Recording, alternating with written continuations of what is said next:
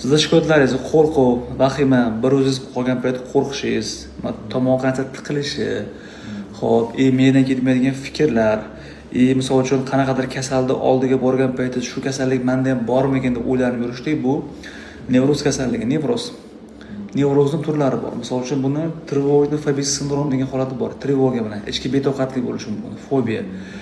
Bu ko'pincha bunga ko'p dori shart emas bunga. Asosan ikkita o'sha tabletka bilan yaxshi qilish mumkin. Xo'p, endi men dorilarni yozib beraman hozir.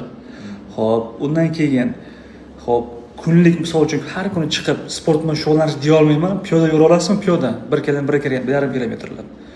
Faqat doriga suyanib qolmang-da, misol uchun. Yaxshi yurasiz, xudo xolasa inshaalloh zo'r bo'lasiz.